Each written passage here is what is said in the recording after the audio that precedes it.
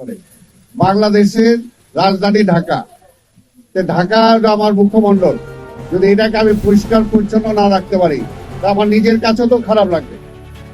এই বিষয়টা আমি সবার সহযোগিতা চাই। কোনোভাবেই সিটি কর্পোরেশনের একার পক্ষে বা পুলিশের একার পক্ষে আজকে এই দায়িত্ব পালন করা সম্ভব না।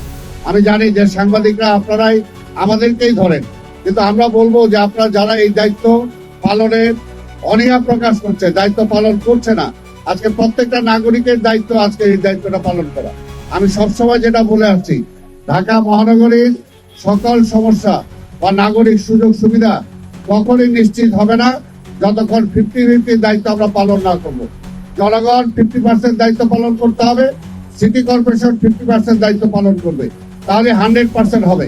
আজকে আমার যে রিক্সাওয়ালা ভাই আছে, আজকে যে আমার ফুটপাতে হকার ভাই যারা আছে, যারা বিভিন্ন ভাবে কোনো বেকার কাজ করে বেড়াচ্ছেন না, কাজ করছেন না বা কাজের সুযোগ নাই, তারা যদি মনে করে যে কোনো জায়গাটাই আমার সম্পদ, আমি দাঁড়িয়ে পড়লাম, এখানে একটা ব্যবসা শুরু করে দিলাম, তাহলে তো সেটা হবে না।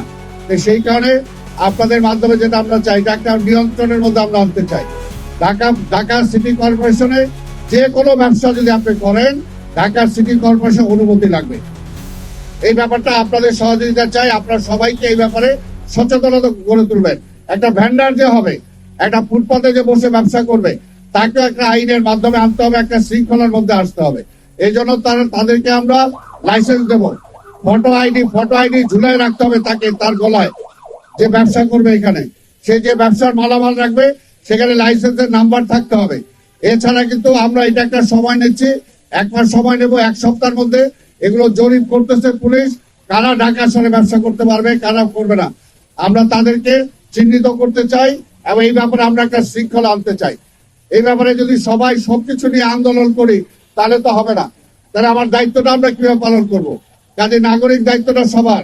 এবং এখানে আমি মনে করি এই বিষয়টা আমাদের চোখে আঙ্গুল দিয়ে সাংবাদিক ভাইরা দেখিয়ে দিয়েছেন, ভাই বোনরা, ঠিক তেমনি এখন আপনাদের কারণে আমরা উৎসাহিত হয়ে এই জায়গাটা আমরা পরিষ্কার করে দিলাম।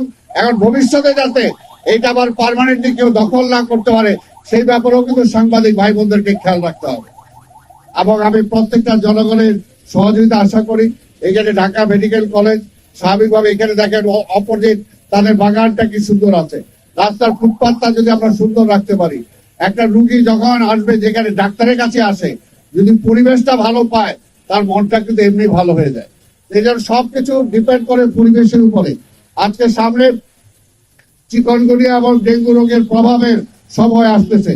এখন থেকে আমরা সিটি কর্পোরেশন চেষ্টা করছি, পরিষ্কার পরিচ্ছন্ন অভিযান আমরা কন্টিনিউ চালিয়ে যাচ্ছি। কিন্তু জনগণ যদি আপনারা সহযোগিতা না করেন, আবার আপনারা যদি অসুস্থ হয়ে যান, মশায় যদি আপনাকে কামড় দেয়, তাহলে দোষ দিবেন সিটি কর্পোরেশনকে। অর্থাৎ আপনার আঙ্গিনা আপনাকে পরিষ্কার রাখতে হবে, আপনার রাস্তা আমাকে পরিষ্কার রাখতে হবে। এই রাস্তা একদিক দিয়ে সিটি কর্পোরেশন পরিষ্কার করে যায়, আরেক দিকে এইখানে যে কেউ একজন বসে এখানে খাবার খাইলেন, উচ্ছিষ্ট খাবারটা রাস্তায় ফেলে যাবেন। এই যে এইভাবে প্রত্যেকটা নাগরিক যদি আমরা সচেতন না হই, যে একটা শপথ আমরা নেব, রাজপথে কেউ কোনো কিছু ফেলবো না, এইটা শপথ দেন। দেখেন রাজপথ অপরিষ্কার হয় কিনা, হবে না। সেটা রিক্সাওয়ালা ভাই হোক, সেটা ভ্যান্ডার হোক, সেটা দোকানদার হোক, আবার সেটা অফিসার হোক, প্রত্যেকেই ময়লা আবর্জনা ফেলার একটা নির্দিষ্ট জায়গা আছে। সেই জায়গার আগে আমি আমার হাতে রাখবো, আমার পকেটে রাখবো, আমার গাড়িতে রাখবো, সেখানে যাওয়ার পরে আমি সেটা ফেলবো। দেখেন ঢাকা শহর পরিষ্কার হয় কিনা। শুধুমাত্র সিটি কর্পোরেশনকে আমি দায়ী করবো, আমি তো বললাম 50-50। সিটি কর্পোরেশন 50% করলেও, 50% দায়িত্ব পালন করলেও, আর বাকি 50% যদি জনগণ না করে, তাহলে কিন্তু সেটা সম্ভব হবে না। তা আমি বক্তব্য দীর্ঘায়িত করতে চাই না। আজকে এটা একটা দেখেন কি সুন্দর একটা পরিবেশ সেখানে সৃষ্টি হয়েছে। এই পরিবেশটা রক্ষা করার দায়িত্ব সকল জনগণের দায়িত্ব। কাজে আমরা জনগণকে সচেতন হওয়ার জন্য সবাই চেষ্টা করব। সবাই, এই যে মনে করেন অনেকটা ট্রাক যাচ্ছে এখানে, আমি জানি না এটা কিসের ট্রাক। দিনের বেলা সব ট্রাক তো এখানে স্বাভাবিকভাবে ট্রাফিক পুলিশকে হয়তো দোষ দিবেন, কিন্তু আমি সচেতন হচ্ছি। আমি যদি নিজের থেকে সচেতন রাখি, আরেকজন এসে পরিষ্কার করে দিয়ে যাবে না। আপনার বাড়ির, আপনার বিছনা আপনি নিজে পরিষ্কার রাখার চেষ্টা করেন, আপনার আঙ্গিনা আপনি নিজে পরিষ্কার রাখার চেষ্টা করেন।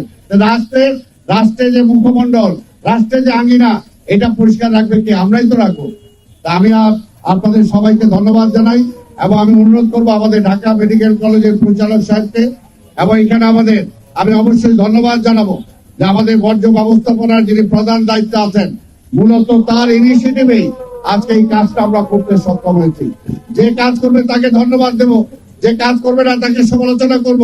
সরকার যদি ভালো কাজ করে আপনি তার প্রশংসা করবেন, সরকার যদি ভালো কাজ না করতে পারে সমালোচনা করবেন। কিন্তু এখন কি দেখছি আমরা, যে ভালো কাজের জন্য একটু সহযোগিতা করেন। আজকে অন্যান্য সবাই তো কথা বলতেছেন, আজকে ডেঙ্গু প্রতিরোধের জন্য রাজনৈতিক দলগুলো থেকে নামেন না, একটু পরিষ্কার পরিচ্ছন্নতার জন্য নামেন। এই ঢাকা শহরটা আমরা পরিষ্কার রাখার চেষ্টা করি সবাই মিলে, তাহলেই তো সম্ভব। আজকে ট্রাফিককে আমরা সহযোগিতা করি, কিভাবে চলবে? আজকে সারা বাংলাদেশের সকল না খাওয়া মানুষ যদি ঢাকা শহরে চলে আসে, ঢাকা শহরকে সেটা জায়গা দেওয়া সম্ভব না। কাজে আজকে চিটাগাং হইতে হবে, আজকে রাজশাহীতে হইতে হবে, আজকে ফতুল্লায় হইতে হবে, আজকে নারায়ণগঞ্জে হইতে হবে। সব জায়গায় যদি আজকে সম ব্যবস্থা রাখতে পারি তাহলে ঢাকা শহরকে আমরা বাঁচাতে পারবো। এইভাবে ঢাকা শহরকে বাঁচানো সম্ভব না, সবার সহযোগিতা দরকার। তা আমি আপনাদের সবাইকে ধন্যবাদ জানাই এবং পরিশেষে আবার বলবো, এটা আমরা করে দিয়ে গেলাম, এটা রক্ষা করার দায়িত্ব আমাদের সবার। শুধু ঢাকা মেডিকেল কলেজ একা পারবে না, আমাদের সবার দায়িত্ব। ঢাকা ইউনিভার্সিটি তাকে সহযোগিতা করতে হবে, আমাদের পুলিশ সহযোগিতা করতে হবে, সিটি কর্পোরেশন আমরা সহযোগিতা করব। পাশাপাশি আজকে সাংবাদিক ভাইরাও এদিকে একটু দৃষ্টি রাখতে হবে। তা আমি আপনাদের সবাইকে ধন্যবাদ জানাই এবং আগামীতে আমি আবার বলে দিচ্ছি, আমাদের চিকনগুনিয়া ডেঙ্গুর প্রভাব আসার আগেই যাতে আমরা সবার বাড়ি ঘরগুলো পরিষ্কার রাখি, সবার আঙিনা পরিষ্কার রাখি।